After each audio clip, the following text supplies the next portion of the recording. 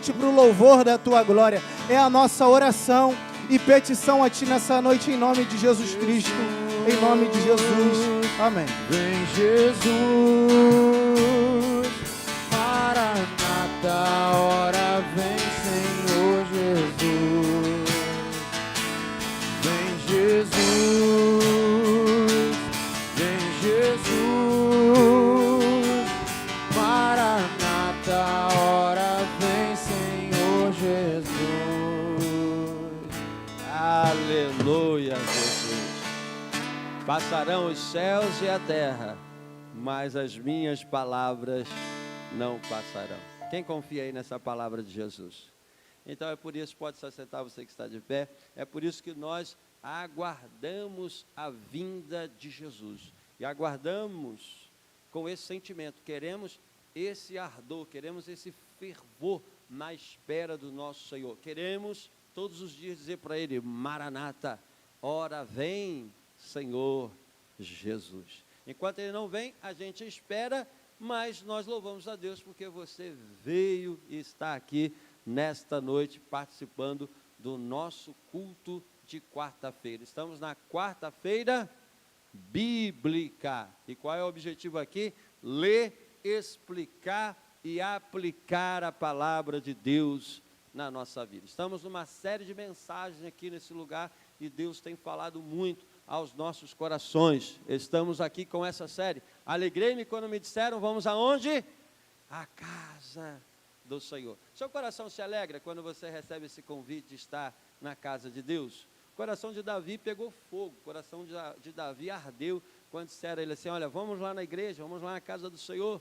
Imediatamente, qual foi o sentimento que explodiu no coração dele? O sentimento de alegria. Por quê? Porque ele sabia que estar na casa do Senhor era o momento de fazer o quê? Adorar o seu Deus e se derramar na presença do Senhor. E nesses últimos dias, irmãos, nesses últimos tempos, nós temos percebido um grande desafio. Qual?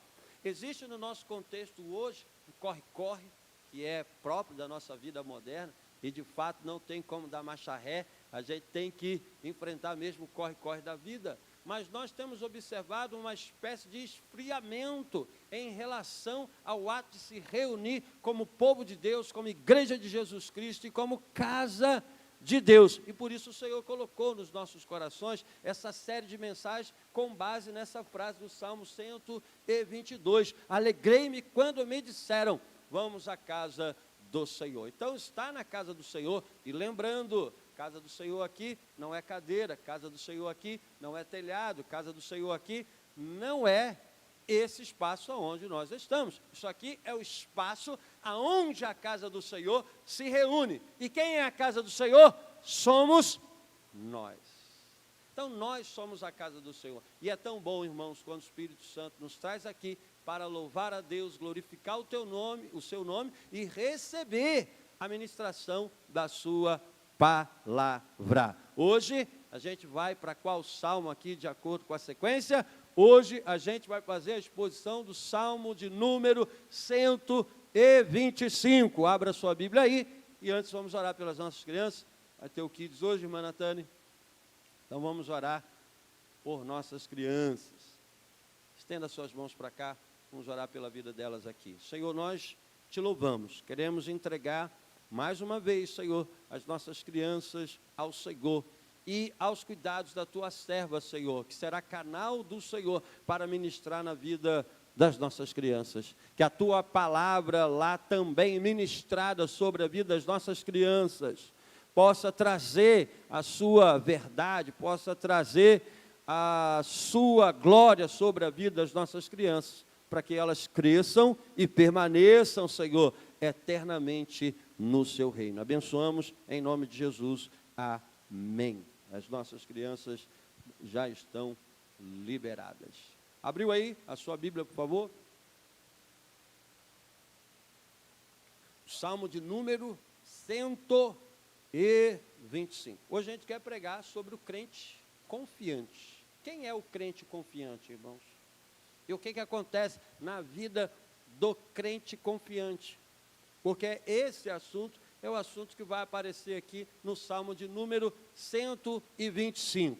Essa série de mensagens, irmãos, aborda aqui 15 salmos. A gente vai do 120 até o 134. Então, até aqui, já passamos por 5 salmos. E cada salmo aqui, irmãos, tem, assim, uma mensagem extraordinária que se encaixa perfeitamente no nosso cotidiano. E a gente tem aprendido que esse grupo de salmos, que vai do 120 até o 134, são salmos que o povo de Deus cantava quando ia para a igreja lá em Jerusalém. Quando o povo subia para o templo em Jerusalém, eles pegavam esses hinos, 15 hinos, e iam cantando pela estrada, ia celebrando a Deus pela estrada, até chegar na igreja lá em Jerusalém, até chegar no templo lá em Jerusalém e participar das grandes festas anuais do povo de Deus. E quais eram essas festas?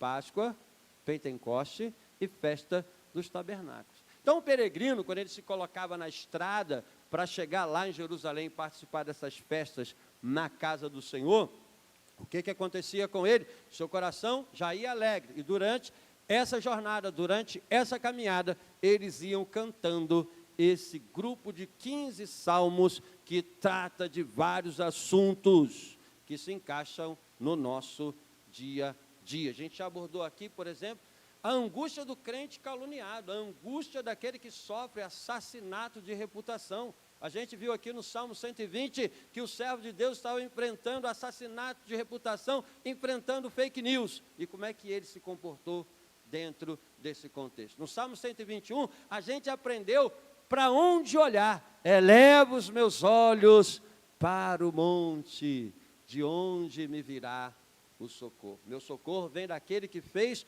os céus e a terra. O último salmo, na quarta-feira passada, o que a gente viu? A gente viu o impacto da presença de Deus na vida dos seus discípulos. A gente viu o resultado da presença de Deus na vida dos seus servos. No Salmo 124, como nós aprendemos lá na quarta-feira passada, Davi disse assim: se não fosse o Senhor que esteve ao meu lado, que esteve ao nosso lado, ora diga Israel. O que Davi percebeu? Que a presença de Deus na sua vida e na vida do seu povo foi o fator determinante para que ele continuasse avançando, marchando e vivenciando aquilo que Deus tinha para a sua vida. Então a gente chega agora no Salmo de número 125, aonde a gente vai aprender esse assunto sobre o crente confiante. Você é um crente confiante? O que é um crente, irmãos? É aquele que crê no Senhor. Então, nós podemos ser esse tipo de crente aqui, que apresenta para nós o Salmo de número 125. Posso ler? São apenas 5 versículos. Diz assim, então, a palavra de Deus: os que confiam no Senhor serão como Monte Sião, que não se abalam, mas permanecem para sempre. Versículo 2: assim como estão os montes em volta de Jerusalém, assim o Senhor está à volta do seu povo, desde agora e para sempre. O governo de impiedade não permanecerá, o governo corrupto não permanecerá sobre a vida dos justos, para que os justos não estendam as suas mãos para a iniquidade. Verso 4: faze bem, ó Senhor, aos bons e aos retos de coração. Verso 5, ele descortina um futuro. Veja o que diz: quanto àqueles que se desviam para os seus caminhos tortuosos, levá-los ao Senhor com os que praticam a maldade. Todavia, paz haverá sobre Israel. Senhor, lemos a sua palavra e pedimos ao teu Santo Espírito que nos ilumine na transmissão da sua palavra aqui nessa noite. Em nome de Jesus. Amém. Bom, irmãos, é muito clara a mensagem desse salmo. Esse salmo já abre falando sobre o quê? Esse salmo já começa falando sobre confiança. E o que é confiança, irmãos? Essa palavrinha que a gente usa no dia a dia, a gente constantemente está usando essa palavra. Você tem que confiar, você tem que ter confiança. tem que dar um voto de confiança, ela faz parte do nosso cotidiano. Mas essa palavrinha aqui, irmãos, ela vem lá do latim, e é a junção de duas palavras, confidere. Ih, pastor, agora você complicou esse negócio aí. É a junção de duas palavras que quer dizer o seguinte: certeza. Certeza em algo ou alguém. Então isso é confiança. Na verdade, de modo prático, confiança é a convicção. É a certeza em algo, ou seja, em alguma coisa. Nesse sentido, é a certeza de que alguma coisa vai acontecer de fato. Por exemplo, o Flamengo vai ser campeão em 2025, isso é fato. Tá bom? Os vascaínos já pularam aqui. Então, é certeza em algo ou certeza em alguém. Confiança se refere à convicção em alguma pessoa. Certo? Então, é uma palavra que a gente está acostumado a utilizar no nosso dia a dia, uma palavra que faz parte do nosso cotidiano. E a gente sabe muito bem, irmãos, que todo relacionamento, seja qual ele for, relacionamento conjugal, relacionamento familiar, relacionamento de amizade, relacionamento profissional, todos os relacionamentos, para que seja saudável, é necessário que haja o quê? Confiança. Não existe relacionamento saudável sem confiança. Não tem como haver um relacionamento bom, um relacionamento bem construído, com a confiança ausente. Todos nós sabemos que é necessário que haja confiança para que um relacionamento seja saudável, certo? Por outro lado, nós sabemos também que a confiança, ela não vem da noite para o dia. Você olha para a pessoa, já confio. A gente sabe muito bem que a confiança é um processo, a confiança é uma construção, na medida em que nós nos relacionamos nas várias esferas, na medida em que nós nos comportamos de maneira digna de confiança, a confiança, ela aparece, ela cresce, ela é consolidada, ela é fortalecida, e a partir daí há um relacionamento saudável, há a construção de relacionamentos saudáveis com base na confiança. Portanto, a confiança, irmãos, olha, nunca pode faltar nos nossos relacionamentos. E é claro, os relacionamentos que eu citei aqui são os relacionamentos do nosso cotidiano. Relacionamento conjugal, relacionamento de amizade, relacionamento profissional. Todos esses relacionamentos são relacionamentos daqui de baixo, relacionamento na horizontal que nós desenvolvemos com pessoas. E é claro que a confiança também deve estar presente aonde, irmãos? No nosso relacionamento com Jesus, no nosso relacionamento com Deus, a confiança é a base central. Sem confiança não dá para desenvolver um sólido relacionamento com Jesus. Somente a base de confiança é que a gente constrói um relacionamento consistente, durável e eterno com o nosso Deus, e eterno com Cristo. Então esse salmo, irmãos, já começa tocando um ponto muito importante na nossa vida. Esse salmo fala de confiança não em algo. Esse salmo quer deixar claro que a nossa confiança deve estar depositada em alguém. Olha o que diz o salmo: os que confiam em quem? Os que confiam no Senhor. É uma confiança naquele que é eterno, é uma confiança naquele que é soberano. Já que o salmista apresenta essa confiança em Deus, a gente precisa analisar quem é esse Deus. É claro que quando a gente fala dos homens, quando a gente fala dos nossos relacionamentos, todos nós somos falhos, todos nós temos defeitos, todos nós deslizamos. E pode ser que em algum momento a gente não consiga expressar ou gerar tanta confiança. Mas no nosso relacionamento com Deus, a gente não tem essa variação, a gente não tem essa oscilação, porque quando a gente fala de confiança em Deus, a gente está falando de confiança naquele que não muda. Ele é o mesmo ontem, é o mesmo hoje e será o mesmo eternamente. Portanto, Ele é digno de toda a nossa confiança. Então aqui, irmãos, o salmista já apresenta uma confiança determinada, uma confiança direcionada, uma confiança muito específica, que vai exatamente na contramão do nosso tempo.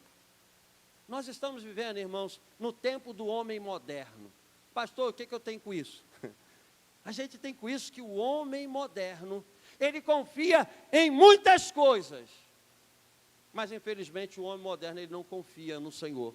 Infelizmente o homem moderno, a humanidade moderna, ela deixou de confiar em Deus e passou a confiar em si mesmo.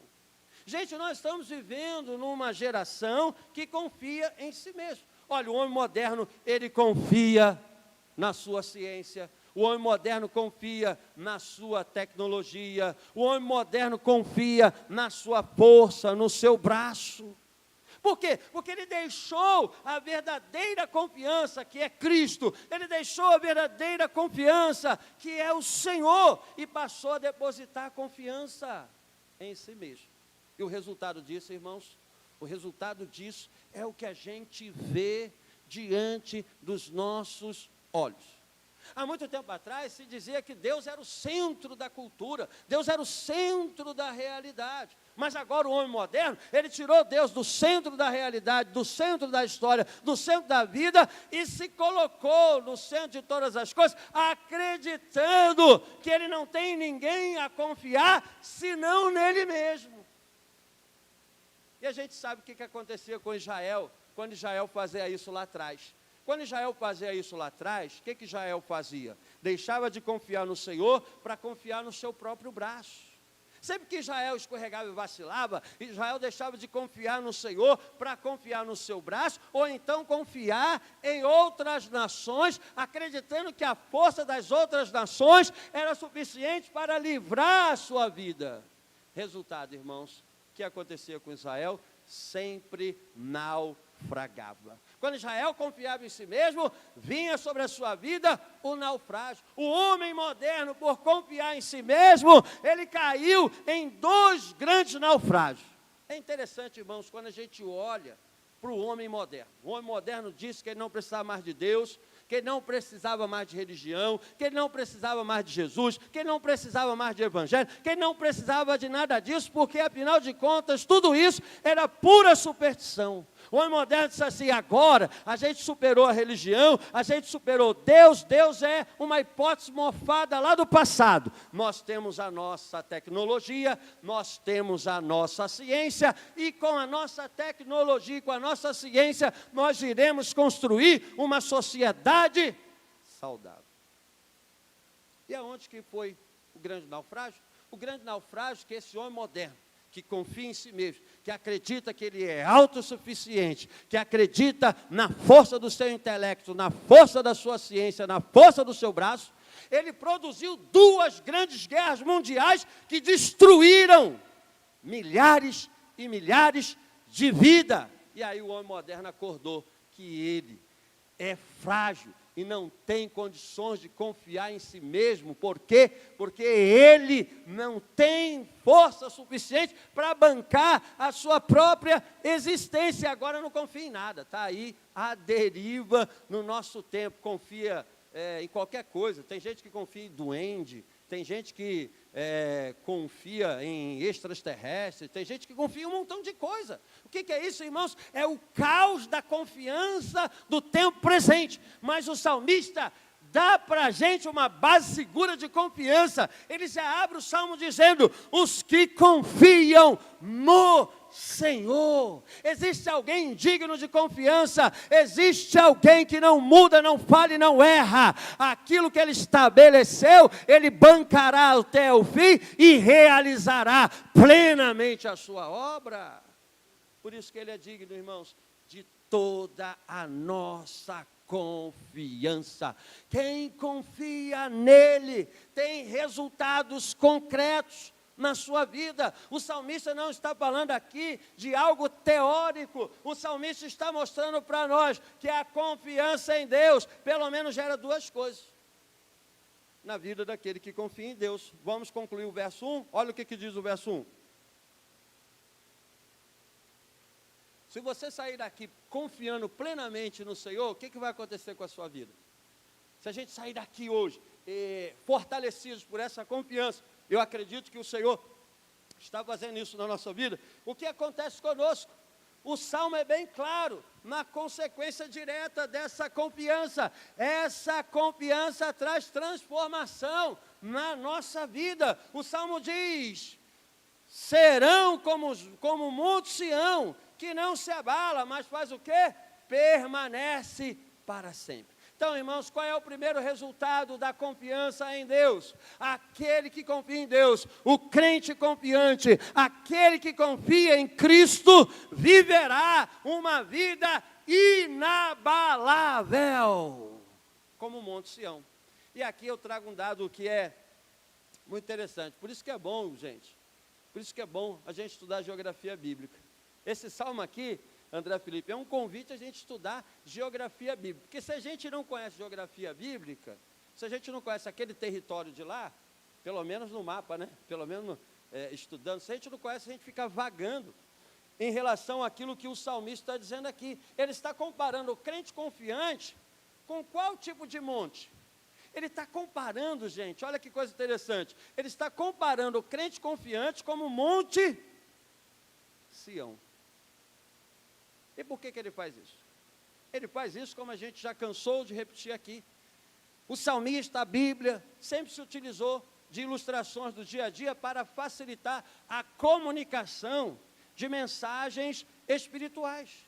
Quando os judeus liam esse salmo aqui, cantando na sua peregrinação até Jerusalém, eles entendiam muito bem o que o salmista está dizendo aqui. Quer dizer, então, que se eu confiar em Deus, eu serei como esse monte aqui que eu vejo todas as vezes que eu faço a minha peregrinação a Jerusalém?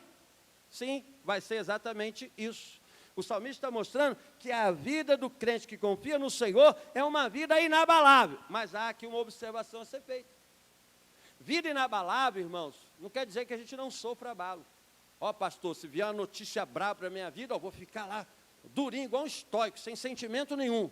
Não, não é isso.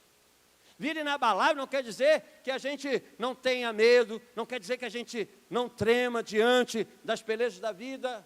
Vida inabalável não quer dizer isso. Vida inabalável quer dizer, mesmo que os abalos venham, não vão nos tirar daquilo que Deus estabeleceu para a nossa vida. Ele nos colocou no seu caminho e nenhum abalo vai poder nos arrancar de sua presença.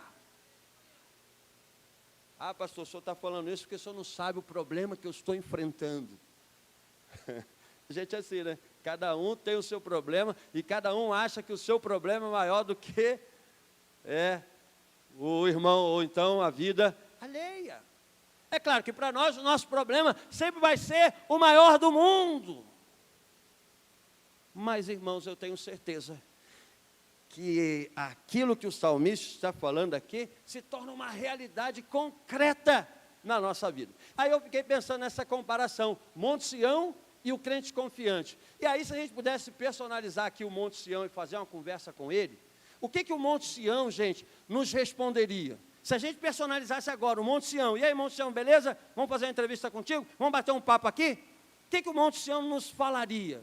Ele mais ou menos falaria assim para a gente: olha, eu estou aqui desde que Deus disse, junte as águas num só lugar e apareça a porção seca. O Monte Sião está no seu lugar desde que o Senhor fez os céus e a terra, e Ele está ali. E ele foi testemunha de muita história lá em Jerusalém. Ele viu o rei Melquisedeque governando naquela região, porque antes de se chamar Jerusalém, essa cidade se chamava Salém, quer dizer paz. E quem reinou lá? O rei Melquisedeque abençoou a vida de Abraão. E quando esse rei Melquisedeque estava lá governando, aonde estava o Monte Sião? Estava ali, no seu devido lugar, onde ele foi plantado por Deus. Melquisedeque foi embora, Salém foi embora e veio a cidade de Jebus. Uma tribo cananeia chamada tribo dos Jebuseus construiu uma grande fortaleza ali no Monte Sião. E lá está o Monte Sião testemunhando os Jebuseus construindo uma grande fortaleza naquela região. passou os jebuseus, Davi veio e conquistou a cidade, transformou essa cidade na cidade de Davi, e mais tarde cidade de Jerusalém. E onde está o Monte Sião? Está ali, tendo história para contar. Os séculos passaram e o Monte Sião estava ali. As gerações passaram. Passou Melquisedeque, passou os jebuseus, passou Davi, passou Neemias, passou todo mundo. E até hoje, lá está o Monte Sião no seu devido lugar. O salmista está mostrando que aquele que confia no Senhor terá uma vida inabalável. E ele vai permanecer para sempre, mas permanecerá para sempre. Pode passar geração, pode passar século, pode passar quem for, mas o Monte Sião está plantado ali e ali está até hoje. É isso que Deus faz na nossa vida, quando a gente resolve colocar a nossa confiança nele, depositar a nossa fé, depositar a nossa certeza em Cristo, significa permanecer para sempre.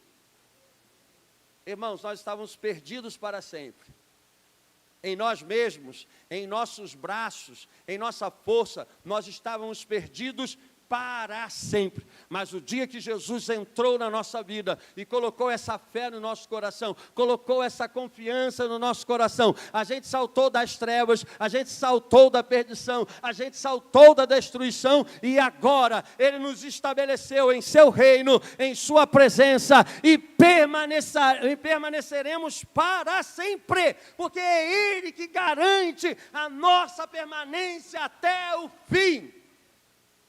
Sabe o que o apóstolo Paulo disse?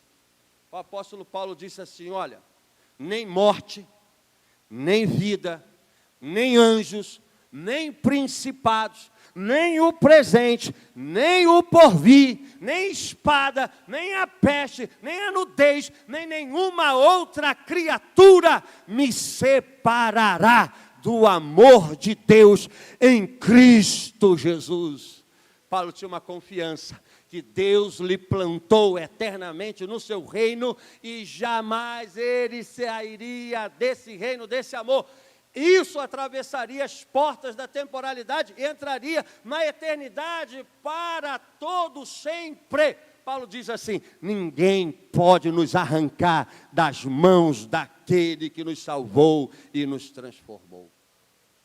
Isso, irmãos, significa a confiança em Jesus Cristo. Tem um caso bíblico que a gente pode usar para ilustrar isso daqui. Lembra daquele rabino chamado Jairo? Quando ele foi buscar Jesus com a sua filha doente em casa, e de repente a sua filha morreu.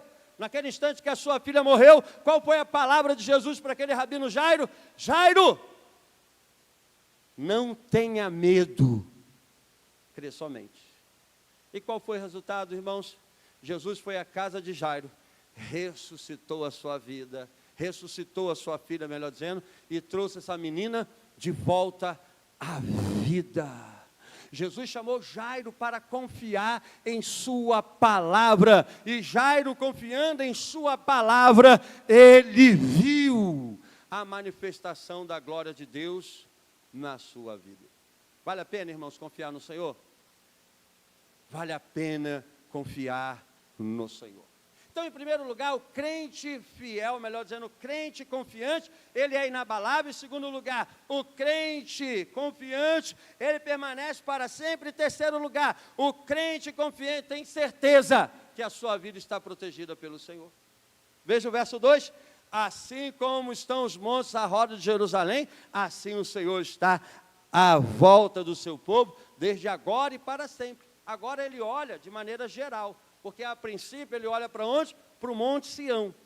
E agora ele dá uma olhada ao redor de Jerusalém, e o que ele percebe naquela geografia? Ele percebe naquela geografia de Jerusalém que essa cidade está cercada por vários montes.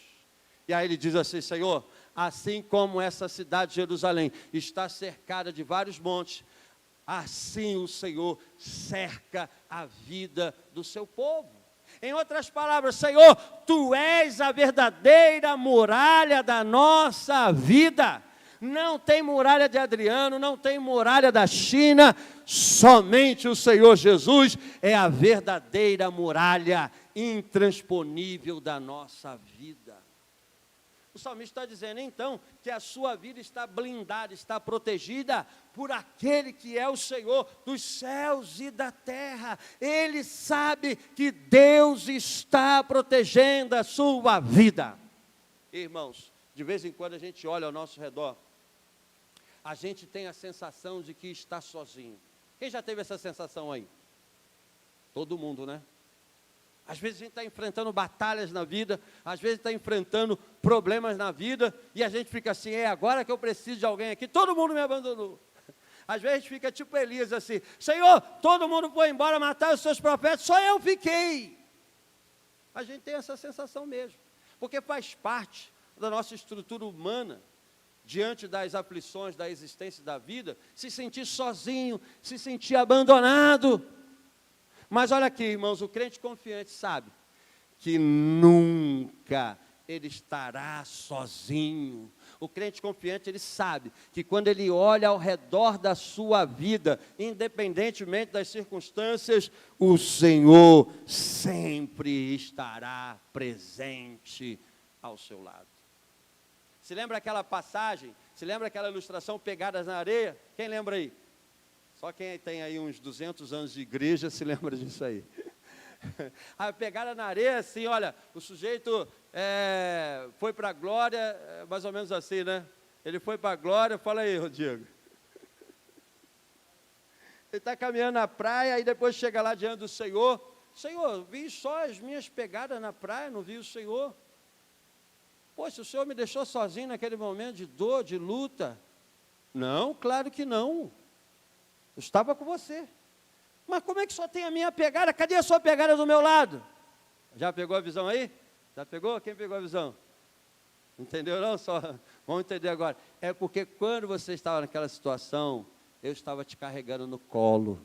Aquelas pegadas são as minhas pegadas. Você estava no meu colo. Se ligou, irmãos? Então isso é que Jesus faz na nossa vida. Ele está ao nosso lado, Ele está à nossa volta. Pode ser até que eu não sinta e não veja, mas os meus sentimentos não determinam a realidade espiritual de Deus na minha vida. O que determina a realidade espiritual de Deus na minha vida é a sua palavra. Isso é bom a gente entender, irmãos. Nunca ande à base dos seus sentimentos. Pastor, eu não sou poste, eu não sou pedra, como é que eu não vou andar à base dos meus sentimentos? Não, você vai sentir tristeza, às vezes raiva, às vezes angústia, vai sentir tudo isso. Mas não interprete a realidade da sua vida com base nos seus sentimentos, porque os nossos sentimentos, eles são falhos, os nossos sentimentos, eles ofuscam a nossa realidade. Então, quando eu interpreto a minha vida diante do caos e das batalhas por base dos meus sentimentos, eu acho que eu estou sozinho, eu acho que Deus não está comigo. Mas isso não é a base, irmãos, da interpretação da nossa vida com Deus. Qual é a base? É a sua palavra. Tem momentos que você não vai sentir nada, tem momentos que você não vai ver nada, mas saiba de uma coisa: Ele é digno de confiança e sempre cumprirá a sua palavra. Ele estará à volta do seu povo para todo sempre. Essa foi a aliança que Ele fez com Israel, e essa foi a aliança que Ele fez com a igreja. Eis que estou convosco todos os dias da sua vida, até a consumação dos séculos. Essa é a aliança de Deus conosco. Nós nunca estaremos sozinhos. E o crente confiante, ele sabe que a sua vida é cercada pelo Senhor. Pastor, me dá um exemplo bíblico disso daí. Tem um exemplo bíblico que possa trazer umas cenas mais assim, concretas sobre isso? Tem. Você lembra o profeta Eliseu, quando estava em Samaria? Quem lembra do profeta Eliseu? Estava dentro de casa com o seu obreiro, estava lá o seu obreiro do lado dele, de repente o obreiro levanta, o seu moço levanta, e quando abre a porta, o que ele contempla? O exército sírio cercando a sua casa. Quando ele viu aqueles soldados com arco, com flecha, com cavalo, com a armadura, pronto para jantar o profeta e a vida dele, ele fechou a porta, correu para dentro. O profeta: a gente está perdido. Por quê? Tem um exército aí que vai nos destruir. Naquele momento o profeta orou pelo seu obreiro. Está vendo? O pastor vai orar pelo obreiro. O profeta orou pelo seu obreiro, abre os olhos desse menino. E quando os olhos daquele menino foram abertos, ele viu que ao derredor daquele exército inimigo estava o exército do Senhor cercando toda a cidade.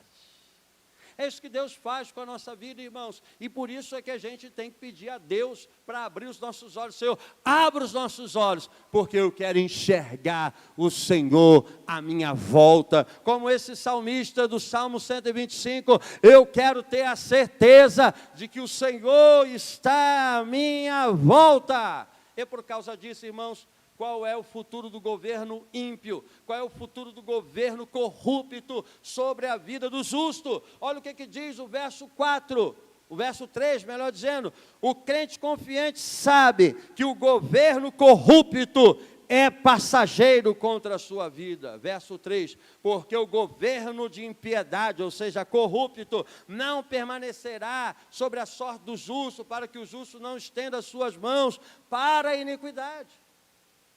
Olha esse contexto aqui, irmãos, a gente não sabe qual é na realidade. A gente não sabe se esse governo ímpio, se esse governo corrupto, são os reis de Israel sobre a vida do seu povo, ou se são os reis estrangeiros que governaram sobre o seu povo. Mas pelo fato do salmista ser um crente confiante e saber que Deus está à sua volta, ele sabe que esse governo corrupto... Calma, gente, estou falando do Brasil não, pô. Estou falando aqui, não tem nada de mensagem política aqui não. Esse governo ímpio, esse governo corrupto, vai cair. Não permanecerá para sempre. Por quê, irmãos? Por uma razão bem óbvia. Quem é o verdadeiro governo sobre a vida do salmista? Quem é o verdadeiro governo sobre a vida do justo? Quem é o verdadeiro governo sobre a vida do seu povo? Ele é o verdadeiro dominador e governador da nossa vida. Por isso, o governo de impiedade cairá, mas o governo do Senhor permanecerá para sempre sobre a vida do seu povo. Portanto, o salmista vai fechar esse salmo no verso 4, no verso 5, revelando duas coisas. Primeiro, verso 4, o crente confiante, ele é um intercessor. Ele vai interceder, irmãos.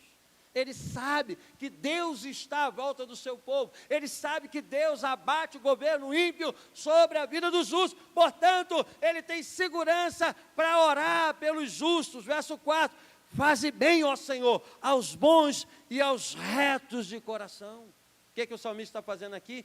Intercedendo, orando pela vida dos justos. Orando pela vida dos retos. Por quê? Porque esses retos, esses justos, estão debaixo de aflição. Há um governo ímpio sobre a vida deles. Então ele intercede, ele clama. E Deus, irmãos, ele atende a oração do seu povo. Não há governo ímpio que possa resistir para sempre. Não há ataque de Satanás que possa resistir para sempre. Nada e nem ninguém pode resistir o governo soberano do Senhor. Portanto, o crente confiante, ele sabe que pode orar ao seu Senhor, porque o seu Senhor tem resposta para a sua vida. E o salmista, então, ora, clama, intercede, suplica. E ele tem certeza que Deus responde. Então ele vai terminar esse salmo com uma nota de futuro. Ele vai terminar esse salmo olhando para o futuro, tendo uma visão clara do futuro. É muito importante isso, irmãos.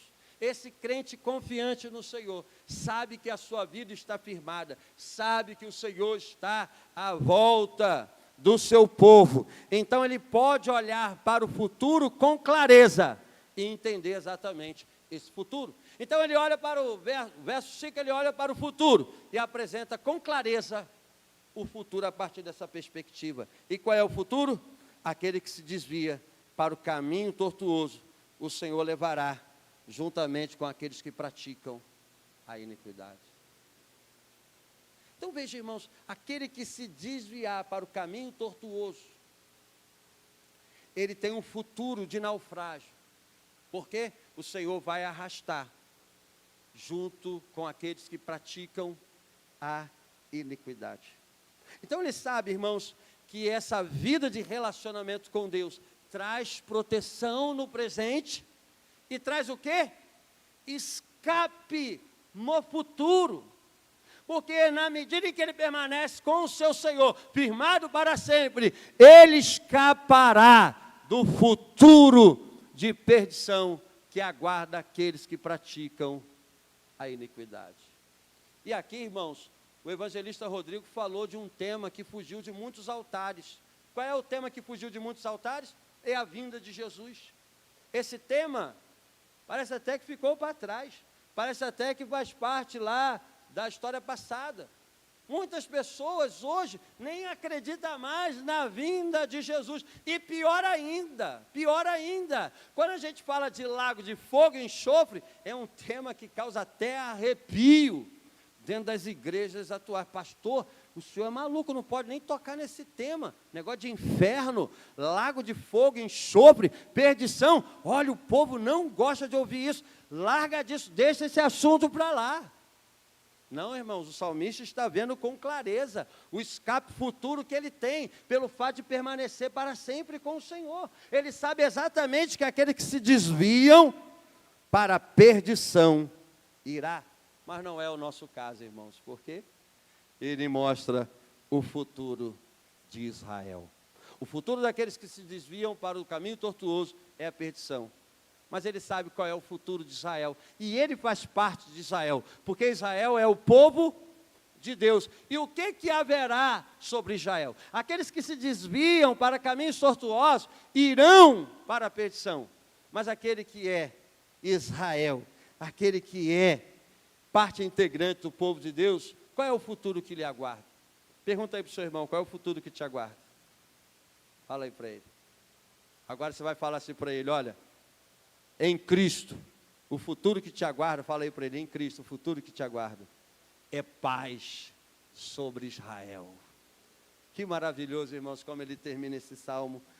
Paz haverá sobre Israel.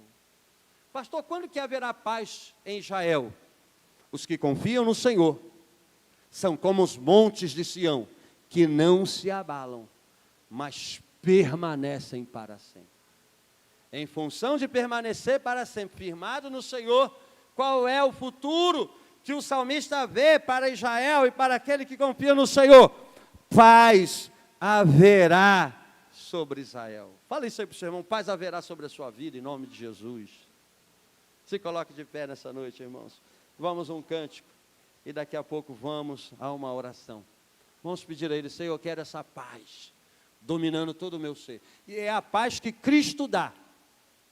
Eu vos dou a minha paz, não a dou como o mundo a dá. Essa paz de Cristo é uma paz de reconciliação, de salvação, de transformação.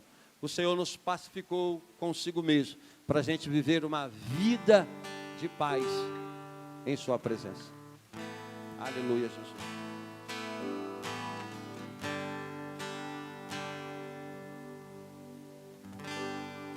Eu amo tua presença,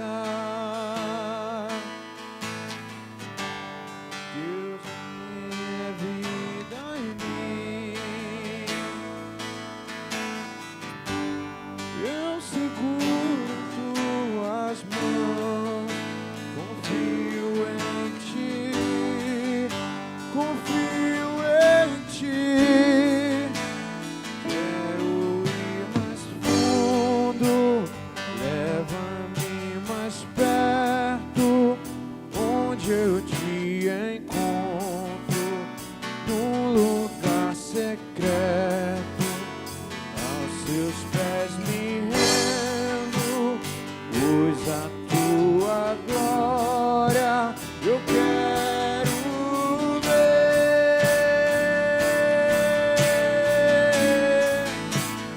Quero ir mais fundo, leva-me mais perto, onde eu te encontro, num lugar secreto.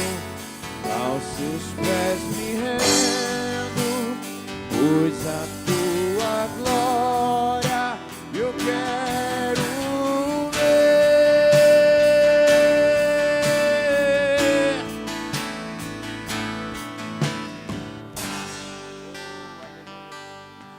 Vamos orar, irmãos.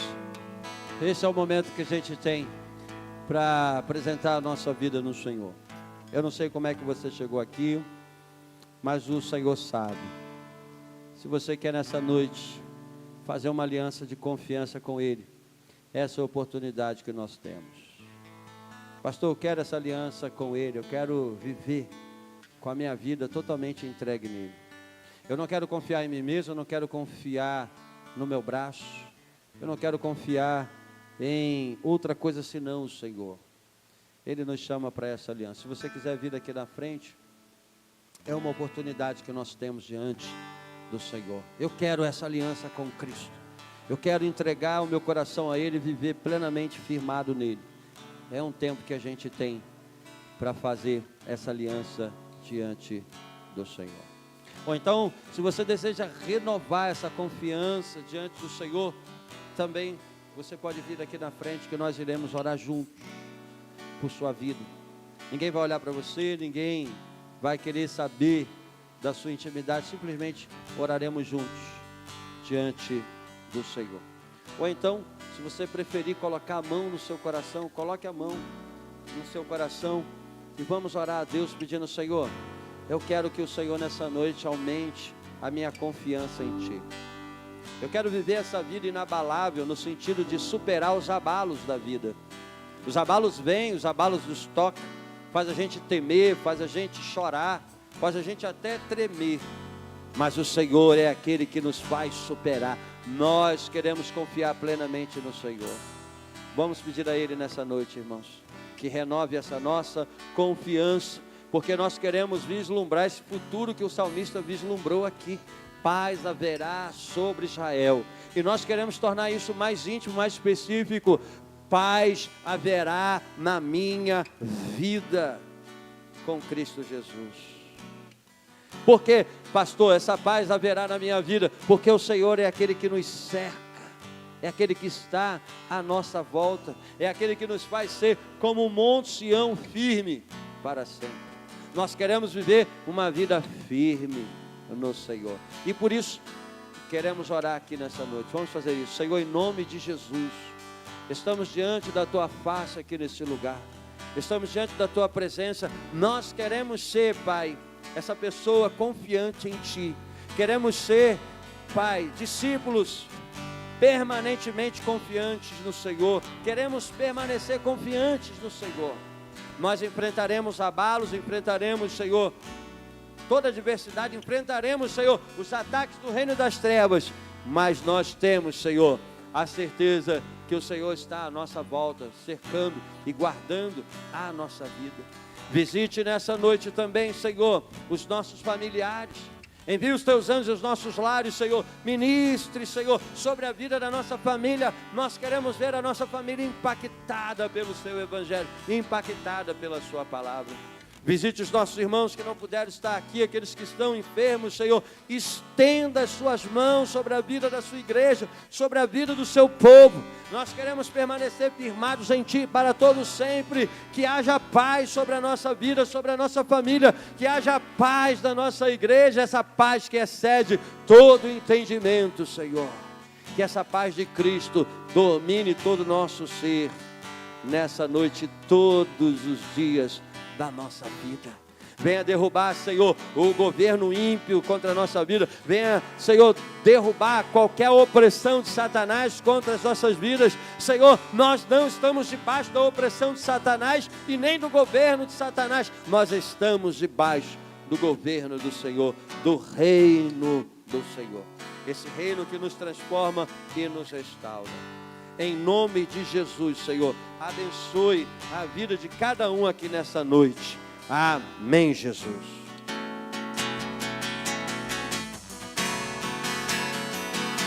E tudo que eu mais quero é Te ver, envolva com Tua glória e poder. Tua majestade é real, Tua voz ecoa em meu ser. E tudo que eu mais quero é Te ver, me envolva com Tua glória e poder.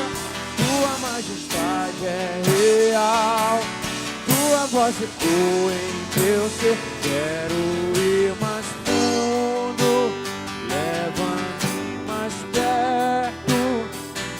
eu te